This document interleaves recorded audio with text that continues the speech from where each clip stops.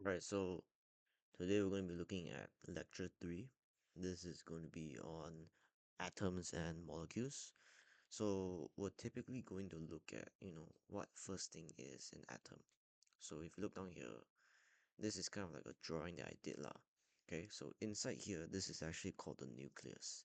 And if you know, the nucleus actually consists of your protons and your neutrons together. Okay, and these are found within the nucleus itself. And these things I've actually drawn outside of the nucleus and actually rotates around it. It's actually called the electron. So the electron is a element that typically just, floats around the atom itself. The thing about these is that for protons, you can see it's actually a positive charge element. A neutron is actually a negative charge, or not sorry, not negative. I mean, it doesn't have any charge. And then you have electrons, which are typically having a negative charge as well. Some important things that you do need to note is that you need to find a mass number. So in order to find mass number, you typically take your protons plus your neutrons. Okay? And then if you have your atomic number down here, to find the atomic number, you can actually use the number of protons. You also can use the number of electrons as well. Alright? So going back to this slide down here, typically atoms are the smallest unit of an element itself and cannot be broken down without changing its nature itself. Okay, so all atoms of the same element typically have identical protons and their chemical properties as well. So what's the difference between diatomic and polyatomic?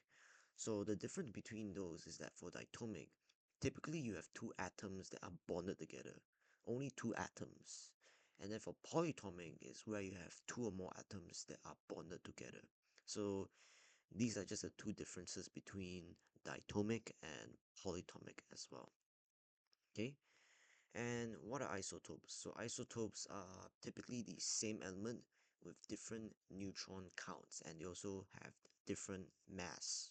So isotopes, like I said, typically they're all the same element, but they just have different amount of neutrons and different mass numbers as well. Okay, so you can see this is a practice question down here that we have down here that I have actually inserted down here. Can actually find all of these on the periodic table itself. For example, sodium would be Na, potassium would be K, oxygen O, chlorine Cl, and as well carbon as well.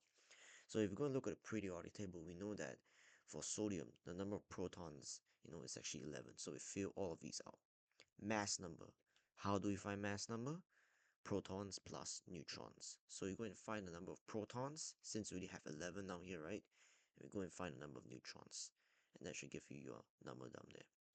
And then number of electrons, you have to go and look at your atomic number. So in order to find the number of neutrons, right, you typically actually have to take a 23 minus 11 and actually give you 12. Okay, so that's how you find the number of neutrons. Your mass number is actually given to you, so you just need to break it down into these columns and you'll be good already.